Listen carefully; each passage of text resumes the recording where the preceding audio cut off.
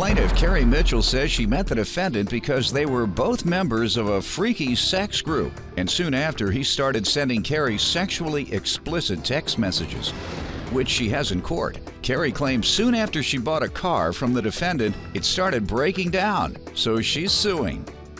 Defendant Ronald Williams says when he first met Carrie, he thought she was crazy, but they eventually started having sex. Ronald refuses to pay Carrie because the car was working fine until she got it. Tell me what happened. Immediately meeting the defendant, he came off as a fast-talking con man to the point where he could probably sell some prostitutes to a pimp. Sell some prostitutes to a pimp. He's good. We met through a mutual friend, a guy that I was talking to or whatnot.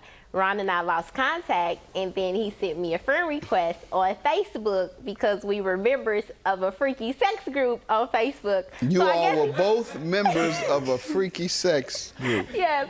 So I guess he thought he had I get all these cases? No wonder Is it something about me? I get all these freaks. I don't get nothing but freaks and dope heads.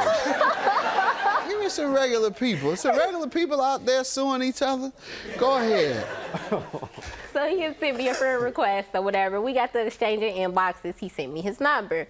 After we sent the number, we started texting.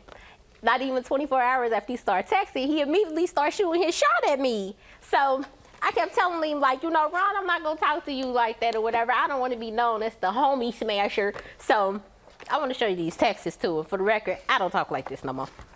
No more. No more. When you quit? Yesterday? Let me see. She lied. You give me some background, sir. How you all met and what you...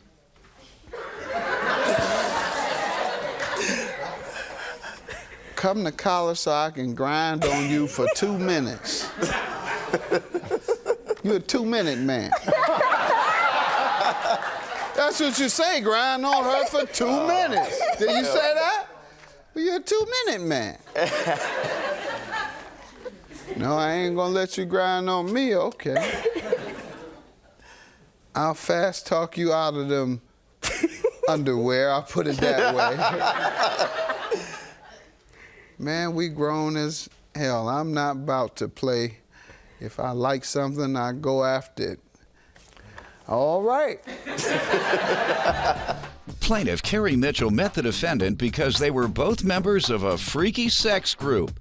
And soon after they met, the defendant sent her sexually explicit text messages, which she has in court. Yes, sir. Well, I met Carrie in January of this year, and she just was crazy. As soon as I met her, she just cussing and fussing. But she wanted to buy a car from me. I'm selling the car for $12,500. As soon as I tell her that, she lose her mind. She just go crazy. So I get her in the car, tell her about the car. I did fast talk her a little bit, but I let her work me down to $9,000. So let's talk about the other thing she mentioned. You don't want to address this freak site you all like to go on? That was afterwards. Whether that's where you all met afterwards. or that's not where you met? He's telling the story. All right, she has the burden of proving that you're liable for her car repair, so allow her to talk about that. I was just giving you a chance to speak about any background. We'll get to the car repair she's suing you about. Okay. This is the condition that the car was initially in. Let me see it, please. When I first purchased it, it was a 2003. What was the agreement? I did give him $9,000 cash. He told me that he had just put a rebuild. What year was this? It's a 2003 Cadillac CTS. Looks nice. How many miles were on it? 1 million. The odometer said over 100,000, but let him tell it he had just put a rebuilt engine in it. Okay. I also said that he had just put those 24-inch low-profile tires on them. Those were supposedly brand new. And that I shouldn't have any problems out of the car because he had been sitting in the garage because he was in jail. Oh, Jesus. So no sooner than a week after I got the car, one of the tires went flat.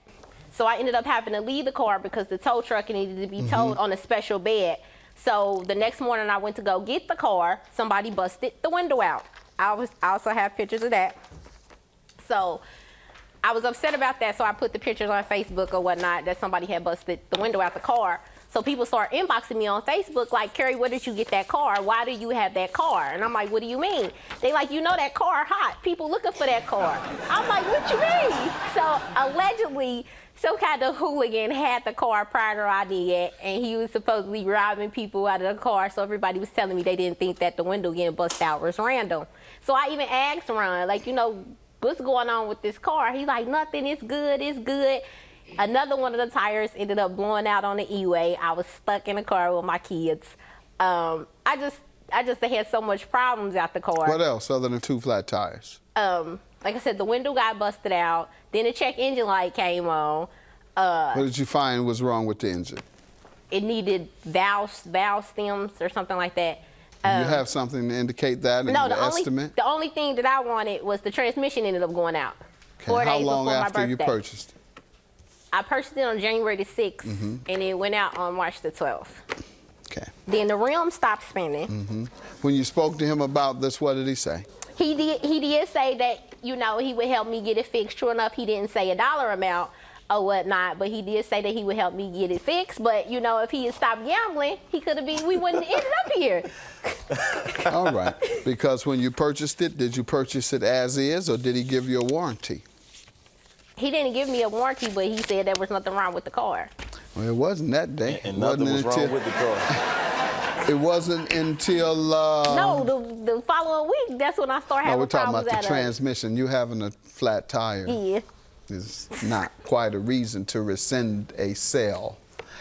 Did you look at the car before you bought it? Did you see whether the tires were bald?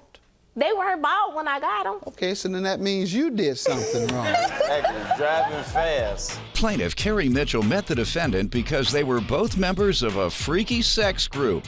And soon after they met, the defendant sent her sexually explicit text messages, which she has in court. All right, did you tell her you were going to pay for this, or do you feel liable for any of this? I mean, we were still messing around, so I told her I felt like I would pay something on it. I would give her like $1,500 on it. That wasn't enough for her.